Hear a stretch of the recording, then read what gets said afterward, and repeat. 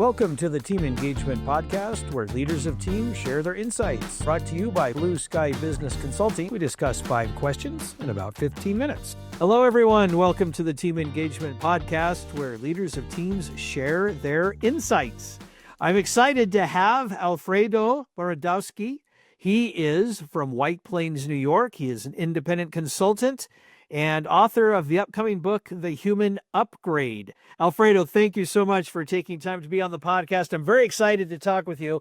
And especially before we get to our questions, I'd like to hear a little bit more about The Human Upgrade and the book that you have coming out, because I think this is a book everyone's going to want to read. So tell me a little bit more about the book. Thank you, Shawn. Look, AI is coming, AI is here, and we're upgrading everything. And what we are noticing at companies bringing the new technology is that as they incorporate AI, the depression, anxiety, and uncertainty of people is going through the roof. Then you have this problem now.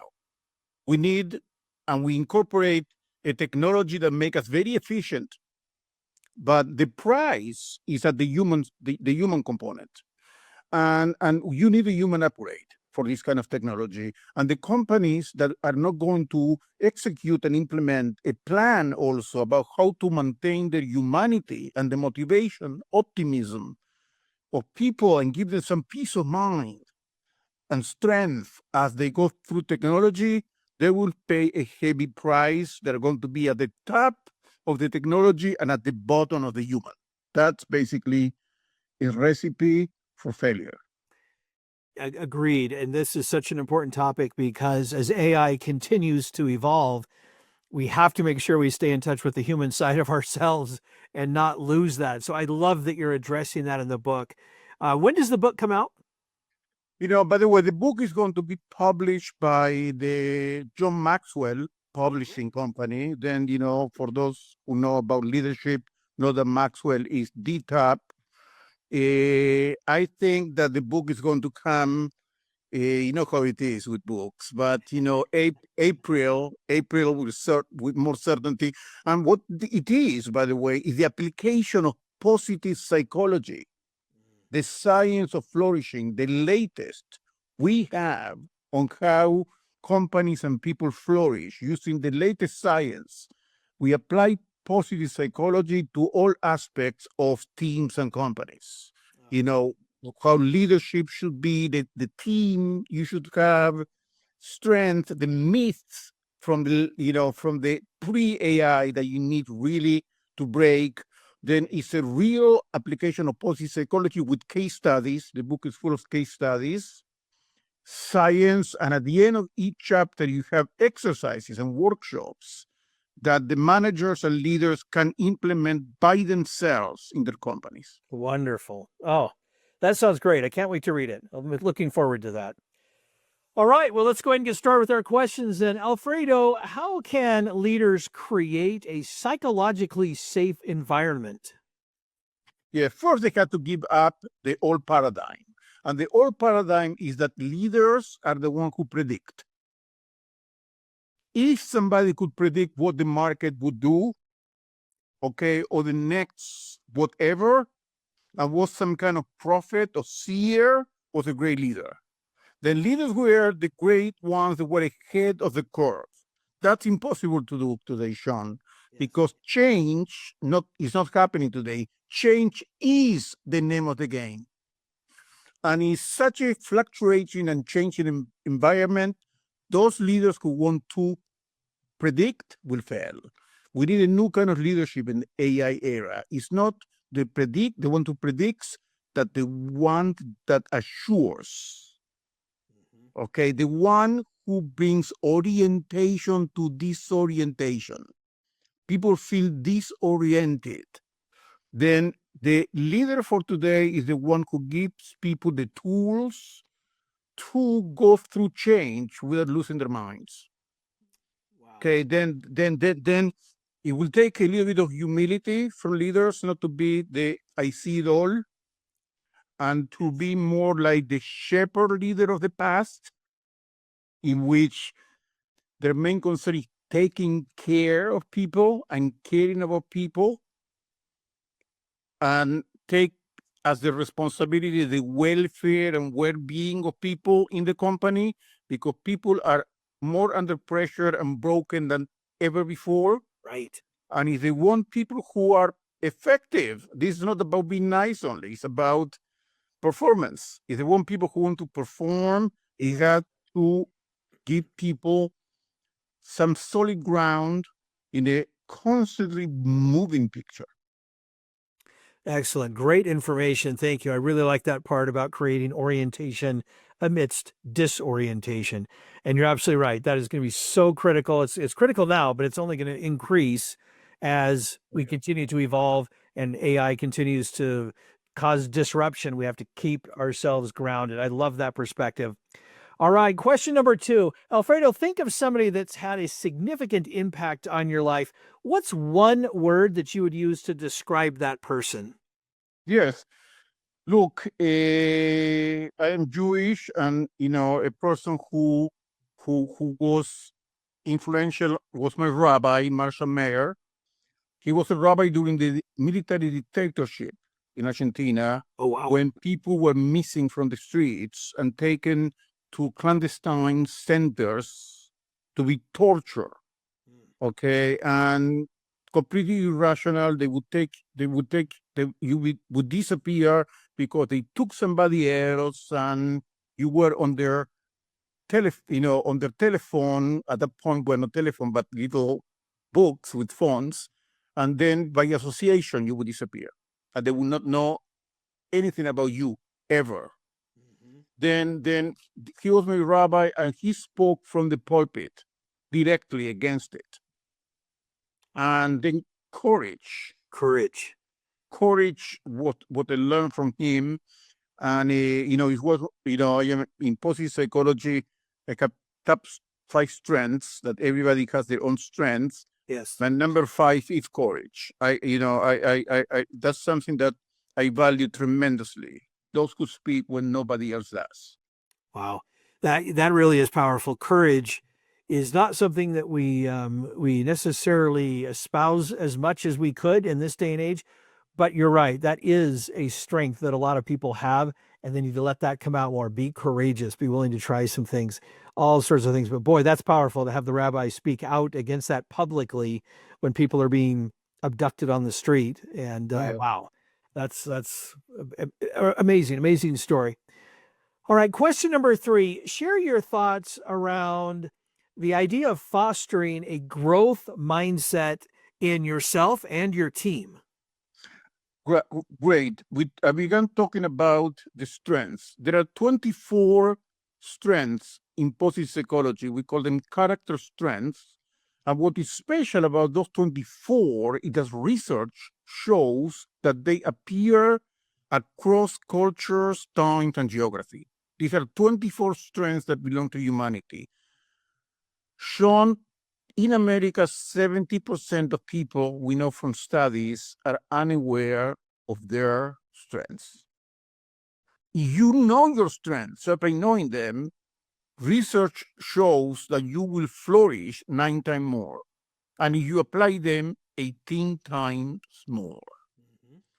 Then we are working, at your workplace, family, you look at 10 people, likely 7 out of them are performing 9 times to 18 times below what they are capable by not knowing what they have. Yes. Which is a tragedy. It really is. Yeah. Okay. Then the number one thing I do when I go to a corporation, to a non-for-profit, a team, I do whatever. I don't care what the problem is, the crisis is. The first thing I do is to make sure through a workshop that every person and every team owns the top 5 strengths. Yes. Once you own your strengths, everything else is possible. Oh, I love that. By the way, I want to tell everybody how to get the strengths, with your permission. Sure. People are going to be asking. If you text me the word positive to 33777, positive to 33777, I will email you the 24 character strengths of positive psychology and a couple of questions by which you can learn your top 5. Because I want to finish to end this blindness. I love that. And I could not emphasize this more, the importance of every person, regardless of whether you're a leader or in a team setting, whatever it is, know what your strengths are and know how to communicate them effectively and confidently. So yes, reach out to Alfredo, take advantage of his offer, and make sure you know what your strengths are and that you can communicate them, because that's how we are going to empower each other and really maximize our performance in any setting. I love that. Thank you, Alfredo. I appreciate that. Question number 4, what ideas do you have for how leaders can manage emotional wellness? Yes, I mean, again, leaders are brought in to fix things. They're fixers. Okay. And that creates a paradigm. You are not fixing something, you are not really sure of why you are there. Then, in some way, they become codependent with the crisis to see their own value. Yes. And this becomes a cycle, a vicious cycle of crisis value, and it ends up with burnout. Then instead of fixing, my principle is to move from fixing to nourishing. Good. Right now, some people ask me, what is the most important principle? From fixing to nourishing. And what we need to do for a leader today in the AI era is to shift the paradigm and understand that to give to the people working in the company their character strengths and rely and foster what it works, we know from science that brings much more winning and performance than fixing what we think is broken. And once the leader begins working in that paradigm, they find purpose in what they do. And when they find purpose, leadership becomes more natural and actually motivating, and they become the best leaders they can be. That's such great information. And yeah, the emotional wellness is an ongoing and growing topic. And I love your insights on that. Very much appreciate that. Thank you. All right, last question, our fun question. Tell us a little bit about your first job. Look, the first job is if I had the best rabbi in the world, then I became a rabbi. Okay, and then I became a rabbi. I was a lawyer in Argentina as I studied rabbinical school, and then I became a rabbi myself. Wow. I was a rabbi for 30 years, but also an academic. Very kind of strange career. I became a clinical therapist. I became a psychology certified and executive coach. Then I am kind of eclectic, but I was a rabbi for many years. Inspired by him. But a mind like mine, which is all about creativity and about breaking rules in the good way and trying things and be very creative, began crashing against the wall of religion as a bastion of tradition. Okay, then it got to a point in which I love religion, but I love tradition, but I am more on, okay, what's new here? Yeah. Okay, and then I left the pulpit and I dedicate myself now to work at companies, which paradoxically is in the business world where people are more willing to try new things. Yeah. Because they had no luxury to fail. Yeah.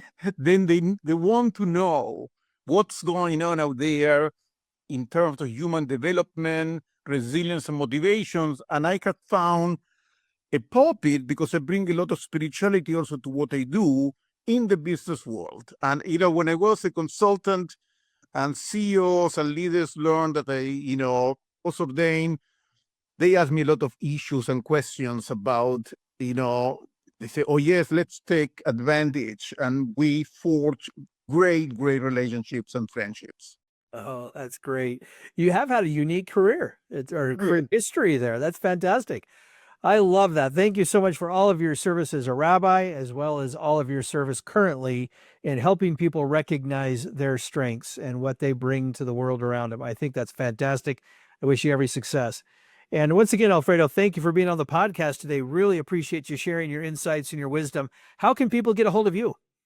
Then when they text positive to 33777, you are going also to see there my calendar for a meeting of, free meeting just to get to know each other and see if there is a way I can help you even further. And my website, positiveab for Borodowski.com is another way. There also those who are interested on the human upgrade, they will get information about when the book comes out, and all the workshops and keynotes I give are also described there. Oh, that sounds great. Thank you so much. It's very generous of you to help us so much. We very much appreciate that. Thanks again to all of you who are following and watching and listening to the podcast. We very much appreciate your support. And be sure and follow and subscribe us so that you don't miss an episode. Thanks so much for joining us again today. Have a great day. This is Shawn Richards with the Team Engagement Podcast, where leaders of teams share their insights. Be sure to follow or subscribe to the podcast so you don't miss an episode. And for more leadership tips, pick up your copy of Rapid Fire Leadership by going to rapidfireleadership.com, where you can also download free resources to help you in your leadership role. Thanks for joining us today. Have a great day.